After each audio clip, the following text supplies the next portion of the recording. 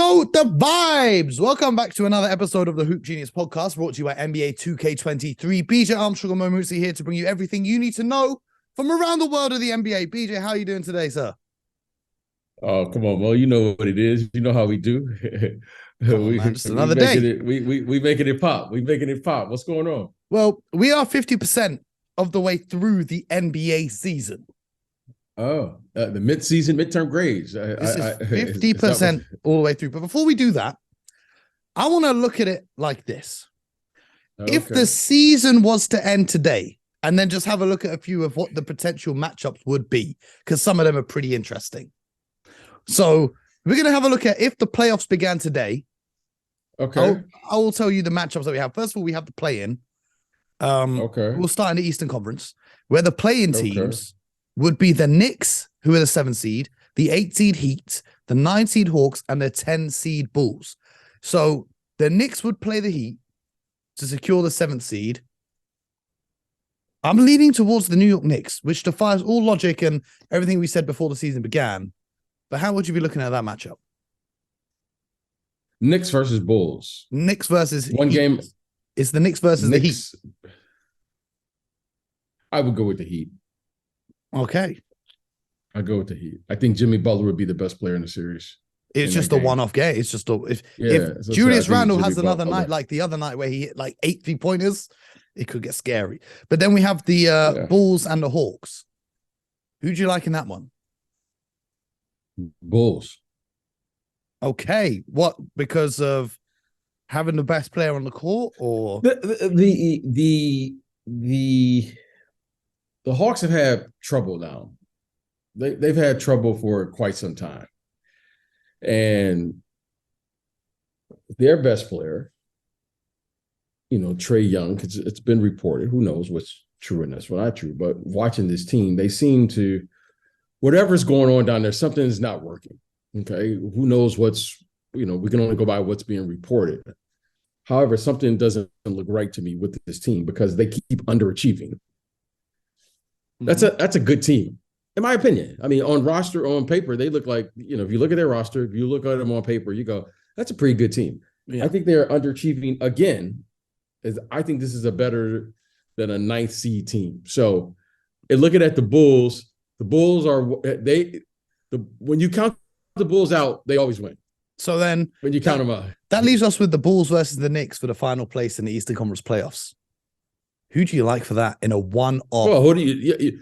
I didn't pick the Knicks, so you have to pick that one. Well, no, because it's as in the Knicks and the Heat. The loser gets another chance to make playoffs. The Bulls by virtue Knicks. Of being the 7th seed. There's just something about DeMar DeRozan going to hit a game winner that's just speaking to me. But I think they're pretty evenly matched. I think that would be pretty good. I mean, you can flip a coin. In a series, I would take the Knicks.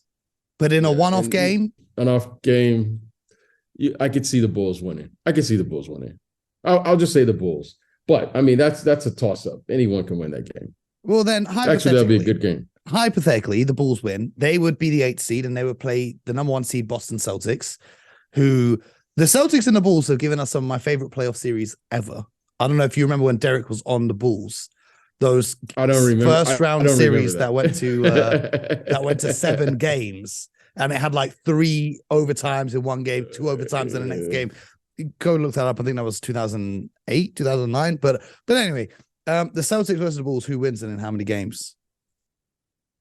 Celtics. In 6. I'll just say 5 out of respect. I say in 6 because they're just going to turn the ball over loads in a couple of those games. But then you would be left with the Nets versus the Heat, which went right down to the wire when they played last weekend, and Royce O'Neal, of all people, came up with the winner. Today, if you ask me, today, with no KD, I would say, because it's if the playoffs began today. The Heat. I would say the Heat with no KD, and then the Bucks versus the Pacers. That's got to be a Bucks win, but I think the Pacers could steal maybe a game. I'm going to say this is 6, but I think it's going to be hard fought. I'm concerned. I'm concerned about those Bucks. I'm concerned. I'm more concerned in the next round, but not the first round. If you see what I'm saying. I'm concerned. First round, second round. Today, no Middleton, as is today, I'm concerned. Okay. If you're saying a full roster, we can talk a full roster. But you said as today, I'm really concerned. I would not be shocked if the Pacers won that. Wow. Series. That's a big today. statement. But then the 4-5 matchup is going to be great regardless of who's in it. The Sixers and the Cavs. I like the Cavs. I like the Cavs, but I'm going to take the Sixers. I Why? like the Cavs. Why would you give the Sixers the edge in the series? Because I think they play a better brand of basketball for the playoffs. They're going to play through the low post. Mm-hmm. They're going to play through Joel and look, those guards from Cleveland. I mean, those guys. I mean, I like them. However, that's a tough way to play because those guys get up. They're going to get up 60 shots probably between them. Yeah. I just think that's tough. Okay. However, I like Cleveland. I think they'll just have to.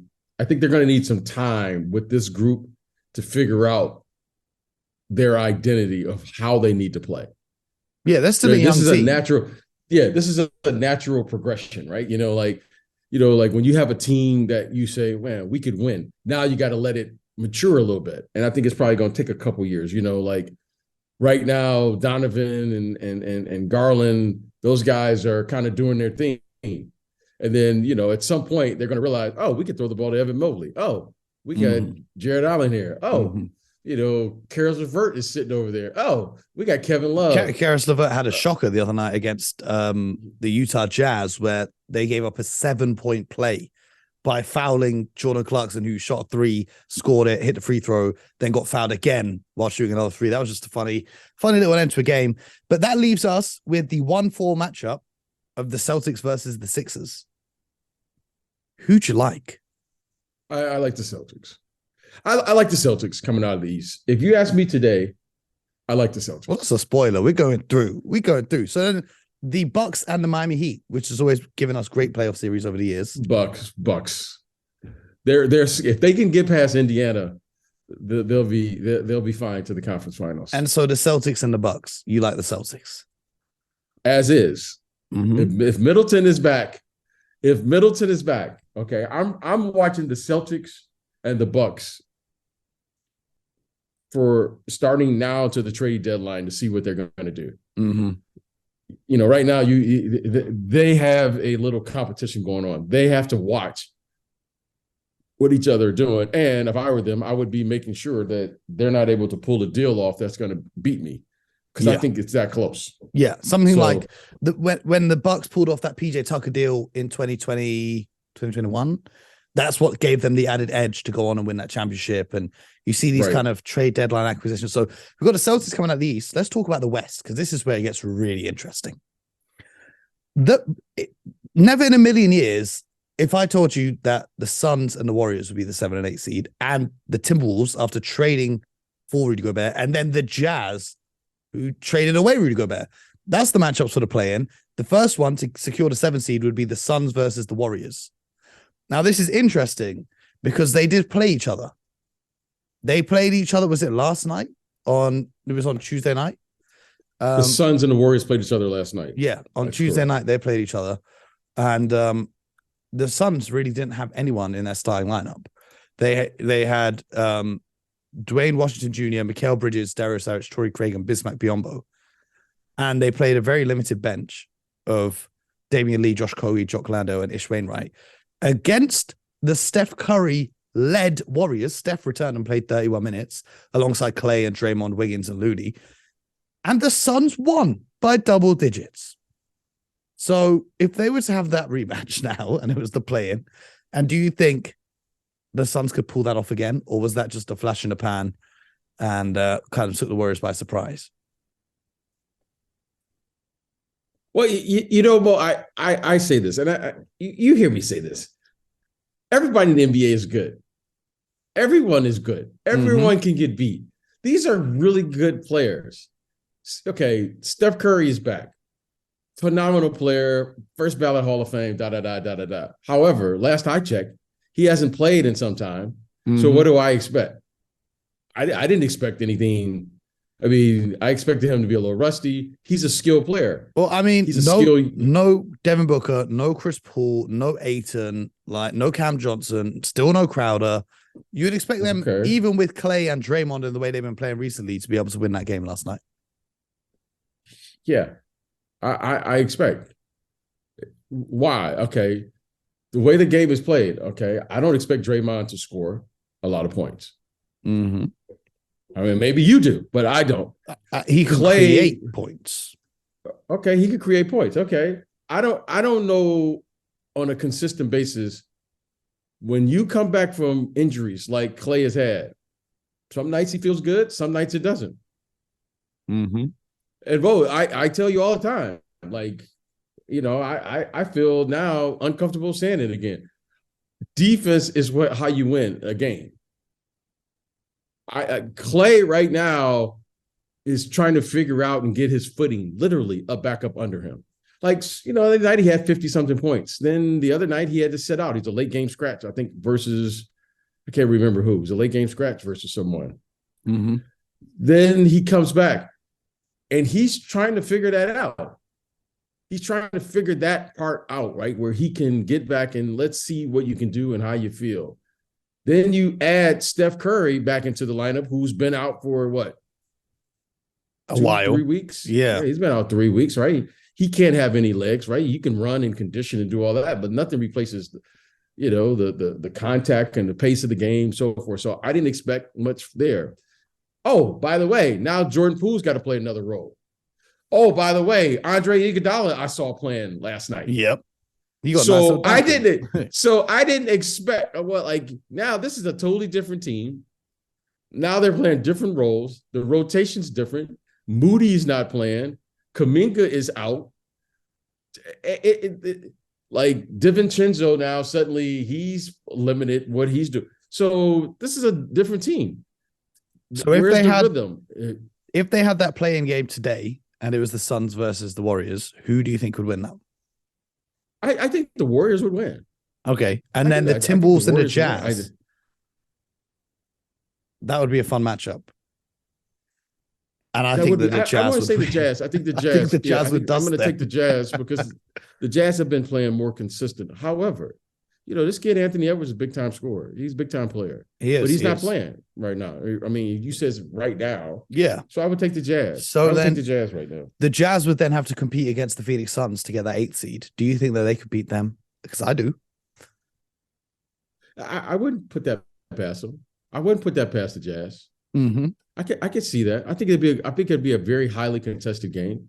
Ayton, you know, I'm assuming, you know, if Ayton and these guys were healthy, I think it'd be a highly contested game. I mean, if the Jazz won, I wouldn't be shocked.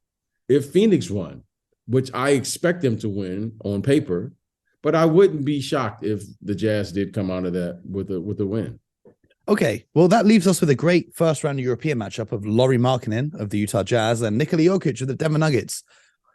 How many games does that series go? Yeah, it's 5. 5 games? The Nuggets just take care of business? The game's going to slow down. This is where... They have no answers for Jokic. They would have no answers for Jokic. But this is where it gets really interesting because a first-round matchup would therefore be the Grizzlies versus the Golden State Warriors. The way the Grizzlies, who are on a 7-game win streak, have been playing, if the season ended today, do you think they can handle business against Golden State? I don't today. I don't. Why not? I don't. Because they haven't shown it. They haven't done it. Like, should we have reason to believe because how they play against the other teams? Yeah. But they lost to the Warriors last year in the playoffs. They lost to the Warriors again on Christmas. That was a big game for the Grizzlies. So, all right, I think they should. I think they have the talent to do it. However, they haven't done it for whatever the reason may be. Now, would I watch with curiosity? Yes. Do I think it would be a fascinating or interesting series? Yes. Do I think the Grizzlies should win the game because of their youth and all of the things? Yes. However, the Warriors always seem to be up for the challenge. Championship pedigree. They're not conceding to the Grizzlies yet. Mhm. So they know something about this team that allows them to compete. You know, it brings out the best in the Warriors. Like Clay gets very animated. Steph Curry is going to be Steph Curry. They meet the challenge and the energy of the Grizzlies, and they haven't been beat yet. So until they do it, I have every reason to believe that the Warriors should win if they were to meet up in the playoffs. So then the Pelicans would be the third seed taking on the LA Clippers. And well, right now, if there's a 7-game series, I don't know how many of those games Kawhi and Paul George will be able to play. But I think the Pelicans would be able to beat the Clippers in a 7-game series. Based on the regular season, based on what we've seen, you say yes. Mm-hmm. You know, I watching the Clippers, they beat Dallas last night. And then Kawhi was Kawhi, and then it just makes you think like, okay. But I just can't fall for it anymore. Like, I'll just wait to the end and say the following. I've never seen a team with this level of inconsistency of guys coming in and out of the lineup win. Yeah. However, when you watch Kawhi Leonard, it does make you wonder. Yeah. Right? It makes you wonder. So I'm just going to stick to what I know, which is you got to play, right? You got to play. But the guy comes out Yep. and he comes out, he has like 30-some points. I mean, Luka was terrific, but Kawhi was Kawhi. Mm-hmm. And so what do you guys say? Again, this is a wild season. I don't know what to think. I'm going to say the New Orleans Pelicans if they were to meet. Okay. I've got an even tougher one. However, I mean, the Clippers, hey, as they say, the Clippers will go clip. So the Clippers probably could go. The Clippers, because I'm saying this. You see, I got the trim today. We ain't talking about no Clippers. You know what I'm saying? I got the fade. You see the Clippers. The Clippers could go through undefeated in the playoffs, and we're all standing here looking, going, "What just happened?" I mean, the Kawhi Leonard effect. But then an even tougher one, in my opinion, the number 4 Mavericks versus the number 5 Sacramento Kings. I'm going to go with Sac because of the team basketball that they play. I'm just going to go with Sac because of the following: Sabonis. I like what they do in the half court with Sabonis with a lot of handoffs and that kind of stuff. But also, I think the difference, if you had asked me this a year ago, it wouldn't have even been a question. But now, because of De'Aaron Fox showing the ability to score off the pull up on the dribble and score the ball from deep, he's been doing this since high school. He's not consistently in the NBA. There's no way you're going to tell me De'Aaron Fox has been a consistently. Yeah. This guy's been doing. I remember. I watched De'Aaron Fox play in college versus the UCLA Bruins. You should pull that tape up. Okay, but I'm talking about in the NBA. Last year he shot 29% from 3. Okay, again, he's playing in a new system. He's playing in a system. All right. A lot of times we have to take responsibility of that's why you always hear me say scouting is so important. It's the most important thing. You have to know what your players can do better than anyone else. I've been watching De'Aaron Fox since high school. Everybody knew he could pull up and shoot. That was his whole game. That was his whole game. His whole game was predicated on this guy was exceptionally fast and he could shoot. You're like, oh, that's a rare combination. Because very, very rarely do you have a guy who could get to the basket and he could shoot. Ask anyone who's watching him. Now, should he be a standstill 3-point shooter like we want most of these guys to do now? No. Suddenly now we're just going to, give Coach Brown and his staff credit. Hey, man, this is what this guy can do. Because we don't let our players get to the mid-range anymore, Mo. No. Analytics says that's a bad shot. And all of a sudden now, Coach Brown is like, hey, man, just do what you do. Why? Because the great players always play from where? The mid-range. That's the only place on the floor that the great players can play from. There's no other place for them to go. I mean, Mo, it's just common sense. It's not like I know something. Mo, there's no place for them to go. Why? Everyone is protecting the rim, right? Because that's why we switch. Everyone switches. Why do we switch? So we can guard the 3-point line. Well, if you're going to guard the 3-point line, what's the next option? get to the basket. Okay, right? Mhm. So if you can't get to the basket and you can't shoot a three, well, where else are you going to go? I'm I well got a aware. genius idea, Mo. I got a genius idea, Mo. You ready? You ready for the secret? The mid-range is wide open. Yes. The thing with the mid range, okay. The thing that always Okay. thinks is everyone thinks that analytics says not to take mid range shots. No, Who it's says telling this? people who follow the analytics. They say only take threes or only take shots at the hoop, right? But when you're a great player, of course you should take mid range shots. When you're Kevin Durant, of course you should take mid range shots. When you're DeMar DeRozan, of course you should take mid range shots. But for the average player, they can get a high percentage look elsewhere. But yes, De'Aaron Fox's growth in terms of shooting the ball off the pull up in the NBA, which whether you think he's always had the ability to do it and never had a chance, or whether he's just showing it this season, is whatever. You like the Kings taking the Mavericks in how many games? Yes, but before I answer that, I'm going to get to this. The average player and the great player. If we're running an offense, every offense is predicated on the same thing. Ball movement equals player movement. Yes. Ball movement, player movement. Okay. Now, as you play, when the ball gets stagnant, which inevitably it will during the course of a game, during the course of a series, during the course of a season, it will get stagnant. And then we have to choose how we will counter when the ball gets stagnant, meaning it will be in Mo's hands for 2 or more seconds. Mm-hmm. Okay. If the ball gets in someone's hands for 2 or more seconds, the defense has time to set. That's why these coaches who are incredibly intelligent, they say, move the ball, swing it. Mm-hmm. You hear them all scouting. Okay. Yep. So when the ball gets stagnant, we have to counter that by, in the 24 seconds, to get the ball to perhaps our best player and get him in isolation basketball.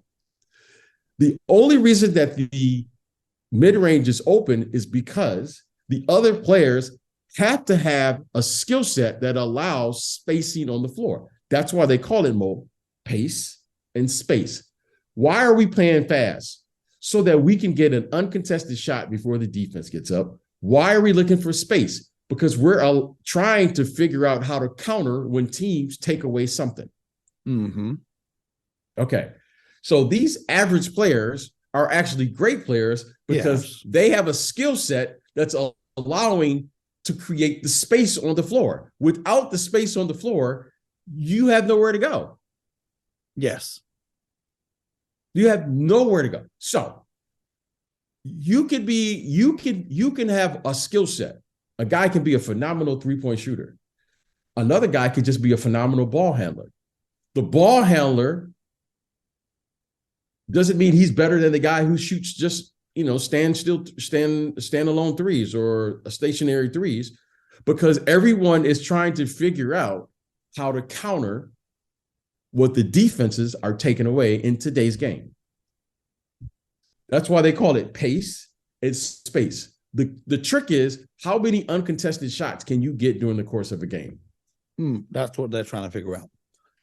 Everybody's doing that. Why? Because we know, the analytics knows the following. The more uncontested shots Mo can get, the higher percentage he will shoot. Mm-hmm. The more uncontested shots you get, Mo, the higher percentage you will shoot. Unless you are J.R. Smith, the only player to shoot a higher percentage uncontested shots. Well, there's been a lot of players like that, just a little bit before your time. There's been a lot of players like that. Okay. He'll take his 10 shots, but consistently he won't shoot a higher percentage. Mm-hmm. So therefore, that's what brought about this new era of basketball. Every era, we just called it fast break. They call it pace. Mm-hmm. Every era has been trying to figure out how to play against a defense that's not set. Why? Because if I can play advantage basketball, 4 versus 3, 3 versus 2, 2 versus 1, my chances go up significantly if I do that. Mm-hmm. Okay. Okay. Only so many players can play in the mid-range. Why? Because you could only put so many shooters and so many other players on the floor to open up that space. Right? So you have two. What's the thing you're trying to protect? You're trying to protect the rim, right? You're trying to protect against dribble penetration, right? You're trying to not allow me to get an open three, right? So therefore, if you're playing defense, there's only one logical place to go. Yes. It's only one. Yes. So why do we have a premium on shooting?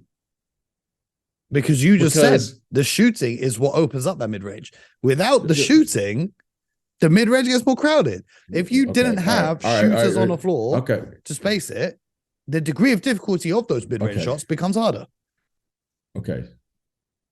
Let me say it another way. Everyone has a role, right? Yes. So the role. I have to have a balance on the floor. I got to have ball handlers. I have to have rebounders. I have to put people in my opinion, you have to put people in the dunker spot. Why? Because if you just have 5 shooters out there on the floor, right? You can play a certain style. Threat. Yes. So you have to have a floor balance. If you just have 5 people on the floor shooting threes with no offensive rebounding, now you're susceptible to all different types of things. You can't just have shooting on the floor. Yes. You got to have a balance of, you hear me say it, Mo, all the time. You have to play a blended brand of basketball. Yes. If you're going to be successful. The one area that we cannot take away, or no one has figured out how to do it, with the exception of playing in a zone.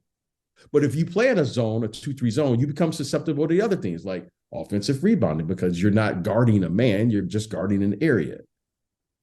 So I remember Mo watching in the NBA Finals, the Toronto Raptors. They win a zone and one.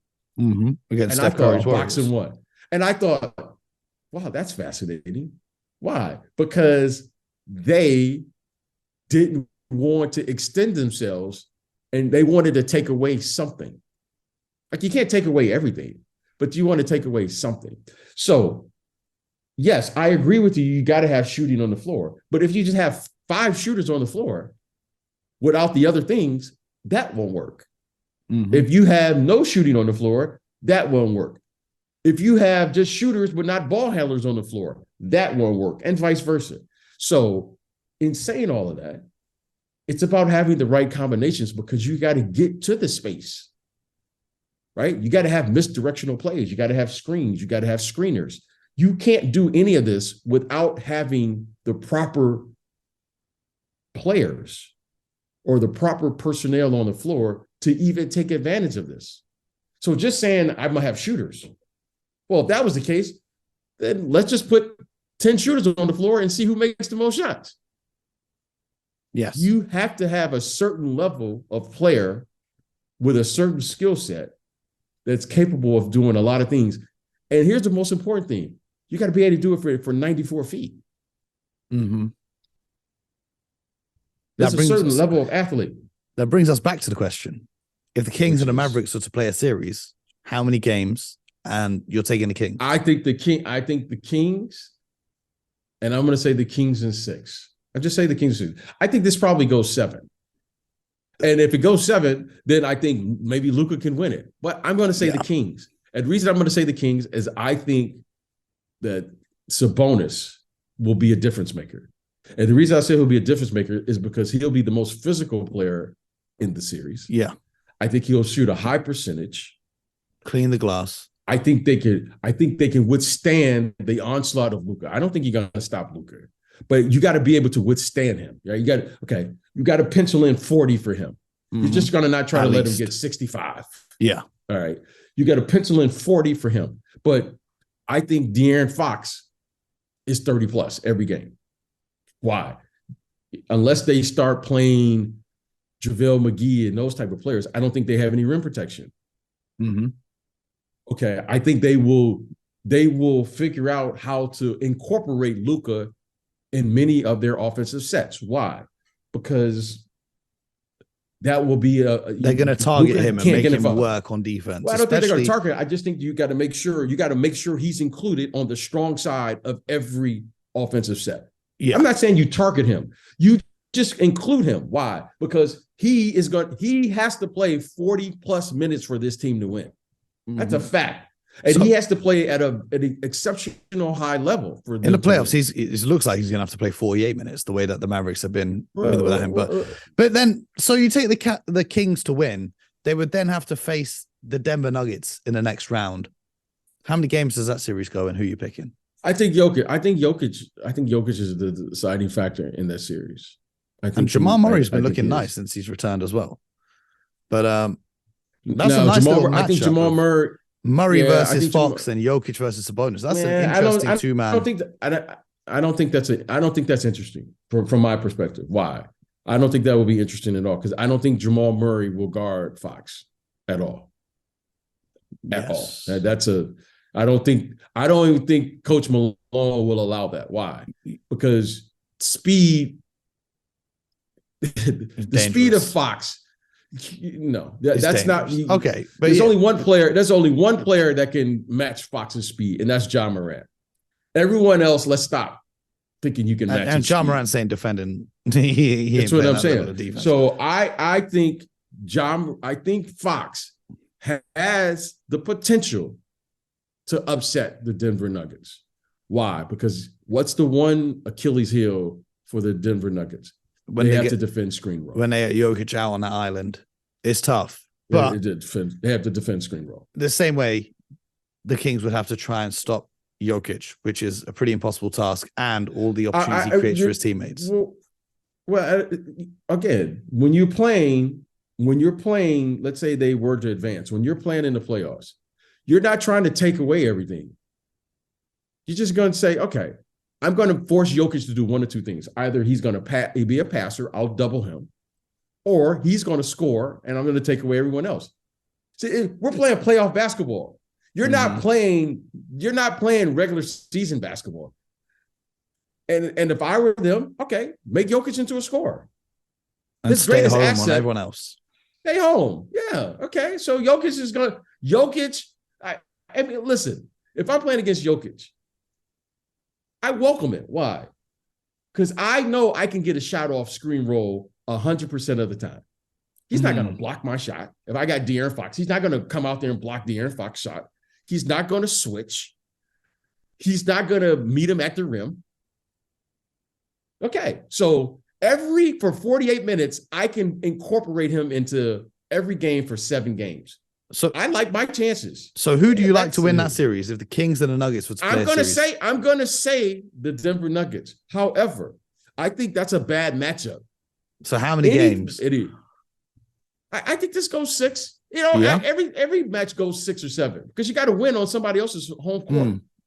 If it goes 7, I think that's hard to. I think that's going to be hard. That's almost impossible.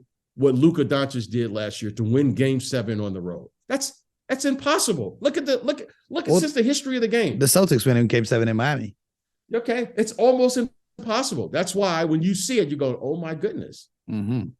Okay, so but if I'm playing against Denver and you told me I got De'Aaron Fox and the guy setting the screen is Sabonis, I feel pretty good about that because I know I don't have a problem knowing at all that I can get a shot. If De'Aaron Fox is cooking like Damian Lillard, remember when Damian Lillard went in there and beat them? Was that 2 or 3 years ago? Yeah, but the year they got to the conference finals. I can't remember what it. So I know what the problem is. I remember watching the Utah Jazz series in the bubble.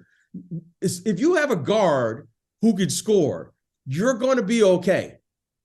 You're going to be okay. Why? Because that's the one thing that we know the Denver Nuggets can't do. Just like if you're playing against the Philadelphia 76ers. I'm going to incorporate Joel Embiid in every screen roll. Joel Embiid and James Harden will be involved in every screen roll. And Mo, if I got a guard that can score, I like my chances. I hear it. I like it. I hear it. I'm not saying I can stop those guys. But if my guys get hot and they have to play on both ends, the level of conditioning in a series that those guys got to be in is unreal. Mm-hmm. Because you're going to be involved in every series. You have to defend. You got to step out. Joel Embiid has to push himself. James Harden has to push himself. These guys have to play 94 feet. And Mo, and guess what I would do like in the third and fourth quarter? I would just rescreen just to get the energy. Yeah. Just do a rescreen. Mm-hmm. Now, you mean to tell me that Jokic, who's going to have to carry on the offensive end, is going to have the same energy on the rescreen? No, he's a big. No, Joel Embiid. No, that's not happening. And if my guy is hot, we have a major problem. Well, they have a major problem. Now, I'm not saying my guy is hot. What if my guy's not hot? Okay, job well done. But at some point for 7 games, Mo, with an NBA player, if you give him enough attempts, he will find his rhythm. He will indeed. But then we also would have the Pelicans versus the Warriors. Who do you like in that one? I like the Pelicans. And the reason I like the Pelicans is because if the big boy, they have a size advantage across the board. Yeah, if Zion, that's big boy basketball. Valanciunas, JV, that's big boy basketball. Even Brandon Ingram's not big, but he's tall as hell. But if you have Brandon Ingram, I the only thing the Warriors I think can do, they'll have to go zone. Okay, so if I were the Pelicans, okay, I would utilize what they used to do in the old days, which is offensive rebounding is the key to the series. Okay, we're just I'm putting guys where get up the best shot you can get, but we have to offensive rebound. Why? Because if we can get the Warriors to box out, they can't run. Yeah. Because they limits transition scoring. It limits so or they just sacrifice offensive rebounds. I would just crash the boards. I would just throw the ball up. I remember one time we played in the playoffs. Can't remember who we played. I think it was the Pistons or somebody. And I'm telling you, they were just throwing the ball up there so they can get offensive rebounds. And that was the first time I've seen that. Shout out to Dennis Rodman. Yeah, and that's what if you get an offensive rebound, you're still on defense. So that's what I would do. I just think they're too big. I mean, Zion, a healthy Zion alone is too big. Then you put JV and Brandon Ingram alongside them. And they got Larry Nance coming off the bench. Like they got pieces. They got pieces. So a Pelicans Nuggets Western Conference Finals. I would say the Pelicans. Bearing in mind how tired the Nuggets would be from the previous series. I don't. So I just think that Zion right now, to me, a healthy Zion, a healthy Brandon Ingram. I just see that as a matchup nightmare for every team in the league. He's a matchup nightmare. He is okay. Here's the thing. Do I think, but what I didn't say in the previous 5 minutes ago, do I think that this kid Jokic will do everything possible to meet that challenge? Absolutely. That's the one thing I didn't say. Yeah. Do I think he will be tired? Absolutely.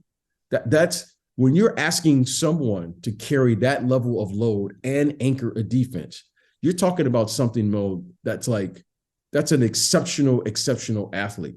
Do I think Jokic has the mental toughness to do it? Yeah. Absolutely. Do I think it's possible? That's a lot. I don't care who you are. I don't question his mental toughness, but physically, that's just too. Anyone you're playing again. You got to get back in transition. He's the last line of defense, and I'm attacking him at every. That's just a lot. And hey, by the way, Sabonis isn't like chopped liver. Yeah, Sabonis is a pretty good player. Sabonis is capable of having a 15-point game while we're all talking about Jokic's 42 and 20 game. Yeah, that's not chopped. This kid is a good player. So then you're going to go and play against Valanciunas, who's a big body. Then you got to worry about Zion and CJ McCullough and all of these guys, Herb Jones and all these guys. I just think it's an overwhelming. Zion, no one, okay, can stop this man. No one. Okay? So no one could stop him when he's going to the basket. With that in mind, you pick the Celtics come out of the East and the Pelicans come out of the West. Who will be the NBA champion if the season ended today? How does that series shake out? Listen, the Pelicans make me nervous because you're looking at them and you're going, they could be. Now, I'm going to say the Celtics because what I've seen. And the experience of being there. What I've seen. The Pelicans, the Celtics, what I've seen. However, if those guys are healthy and they are clicking, they're deep, they have terrific guard play, and they can get up a shot. They not dependent on jump shots. They got big bodies. Valanciunas can score on that box. Okay? All of that being cute, playing jump shots and all of that, trying to get to the mid-range. They got 3 guys that I know can get to that box and score. And Zion can get to the box by himself. I don't even need to post him up. That's how good and you ain't even mentioned the likes of Herb Jones on the defensive side. That's what I'm saying. That's what I'm saying. They're tough for anyone. I like this team. They're tough for anyone. They got size. They got leadership with CJ McCullough. Brandon Ingram is capable of playing that slashing game. He's big. He's bigger. Look at that. That'll be an awesome matchup. Brandon Ingram and Jason Tatum. Oh my, that's a good matchup. Herb Jones and Jaylen Brown. Oh my. Now, I don't like the Al Horford Zion matchup. No, that terrifies me. I don't like Zion and what's the other guy? Time Lord. Oh no, not Time Lord. Grant Williams. I don't like that. I secretly like that. I'm a Grant Williams believer, but I wouldn't bet my money on it. Believer. Yeah. I like Grant Williams. However, the second jump of Zion is unstoppable. Yes. Second jump, his second and third jump is unstoppable. They call it you a got pogo the guy stick. stopped at the rim. It's like I was watching a play against PJ Tucker, right? PJ could take on the initial hit, boom, but the second and third hit, he's got his young legs. He's got the young legs. You know what I mean? He keeps coming with force. So I don't think anyone is capable. CJ McCullough, I like his size. He's going to occupy Marcus Smart. Alvarado, I like these guys. I think these guys have a chance. However, Mo, they got to be healthy. The best ability is availability, and they are not available. We're halfway, and we got to see if they can get them available for the playoffs when they do come around. And halfway through the season, we appreciate each and every. But I want to say this. Can I just say this? Go ahead. Can I say this to the 40s? Honestly, Mo, I don't know who's going to win it this year. I really hope it's a surprise winner. If it was, if it was the Kings? That would make my day. Obviously, I want the Celtics win, but if it's not the Celtics, if it was the King, we would. If we were the Kings and we were to win it, I want to say this: if there are UFOs, if there are aliens, the beam, the beam. They would see the beam. Okay, that's all I'm going to say. Maybe that's how they be getting their superpowers this season. Maybe. Yes, but you know what I mean. But like I was saying, we're halfway through the season. Appreciate each and every one of you who's listened to us so far this season. We're going to keep rolling. So make sure you share the show with your friends, spread the love, subscribe to the show, and all that stuff that I say at the end of every episode. It really helps us out, helps us grow the show. The show is going to keep getting bigger and better as we continue to progress. BJ and I'll be back with more. It's halfway through the season. We've got to give out the awards as well. We've got to give out some awards as well. But stay tuned. That's all we can say. We'll be back tomorrow with more from the Hoop Genius podcast. Brought to you by NBA 2K23. Don't go anywhere and make sure you get buckets.